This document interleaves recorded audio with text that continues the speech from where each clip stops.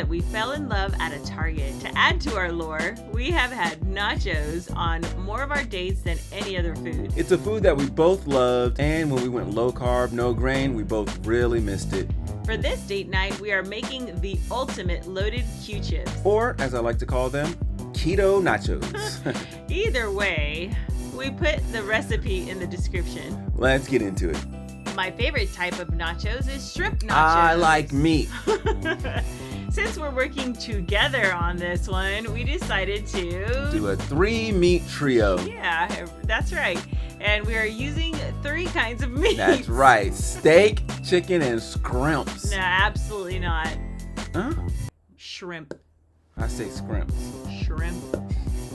Ingredients that we're grabbing on this hop, aside from the meat, will be pimentos, onions. You can do white or red. Can't forget the avocado. Oh, and I'll grab the pancetta. Good call, babe. Of course, cheese. 2 kinds, mozzarella and Mexican style. Where did he go? Pancetta. Oh, found it. Wait a minute. There's a distinct but subtle difference between pancetta and this peasant food. I guess we can just use what we have at the house for now. Oh, there you are. Hey. I guess the last thing we need is salsa. Mm-hmm. Here are all the ingredients that you will need. It will also be in the video description as well. Let's get cooking. First, stare into the flame. There is only you and the flame. The void around you is vast. Pull from that void your weaknesses, your flaws. Now feed them into that flame. Or add oil to a medium skillet over a medium heat. Once hot, add the rinsed and dried shrimp to the skillet. Cook thoroughly on either side for about 4 to 6 minutes. They'll look delicious before they're done, but don't eat them. Don't eat them until they're cooked. Yeah, excellent rule. Salt and pepper to taste. Add them to a separate bowl and hide them away from him. Yeah, Add some olive oil to the griddle or skillet and turn the burners on high heat. Once hot, add the steak strips to the griddle and season with salt and pepper. Move the steak around from time to time. That way you feel like you're doing something.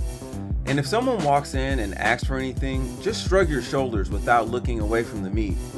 A little shake of the head doesn't hurt either. Is that what you've been doing? Absolutely not. What do you mean?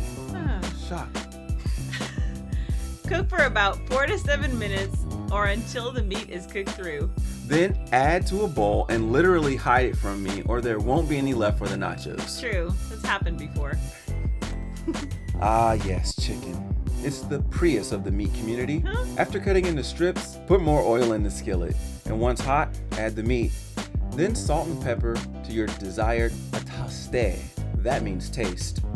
Remember, these nachos are going to be loaded with other flavors. You're going to want to saute this for roughly 10 to 15 minutes. Be sure it's cooked all the way through. They should have golden brown edges and have no pink at all. Once complete, add to a bowl and immediately eat a few pieces before anyone can take it away from you. No, give me that. Cut the avocados into small cubes and scoop out with a spoon into a small mixing bowl. Season with salt and pepper and then use a fork to mash and mix it. Chunky is okay. Add some red pepper for an added kick. Now for the jalapenos. What? So I can't say scrimps, but you get to say Juligo, whatever you just said. Slice into thin bite-sized pieces and set aside. Dice these into teeny tiny little pieces that you can barely see, but you can definitely taste.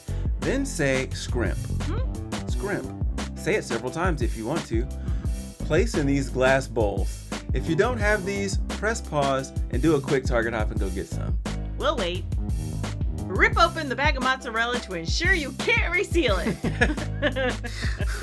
Then add 2 cups of the mozzarella into a medium-sized mixing bowl. Add 2 eggs and then 2 tablespoons of almond flour. Then add the pancetta that you definitely got from Target. Pepper to taste. Do not add salt. Okay, mama. Then stir like you mean it. Don't add salt. So, once the batter is mixed well.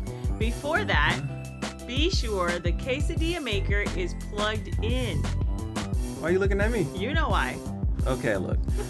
I can admit that I forgot to plug it in once and accidentally made what people refer to as throw up once. But you can't hurt me. I learn from my mistakes. Scrimps. Once hot, add the batter to the quesadilla maker and spread evenly. Not too thick. The batter expands. And thinner means crispier. Once the light turns green, open to check the texture. It should look like this. Remove and place on the baking sheet. Let it cool briefly and then cut along the perforations. You can use a knife or a pizza cutter, whatever you have on hand. Like a gun. No.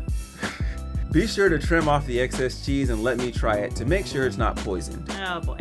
Once cut, arrange on a baking sheet however you'd like. We're doing our loaded nachos like this.